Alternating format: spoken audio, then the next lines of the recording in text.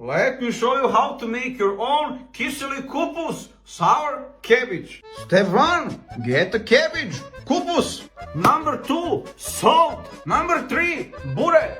Barrel. Remove the first layers of the cabbage. Now we're gonna remove the core. All this hard shit. Leave.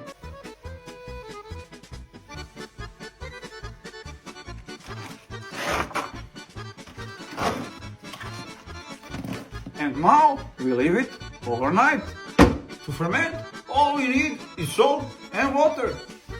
Every 10 liters of water we put 300 grams of salt. We put enough water just to cover the cabbages, and then with the help of something heavy, we push the cabbages down so they don't float to the top. We leave this for about 2 days and then check.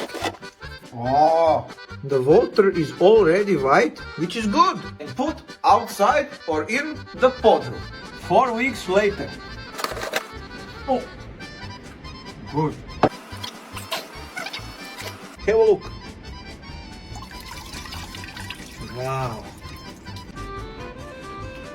Perfect.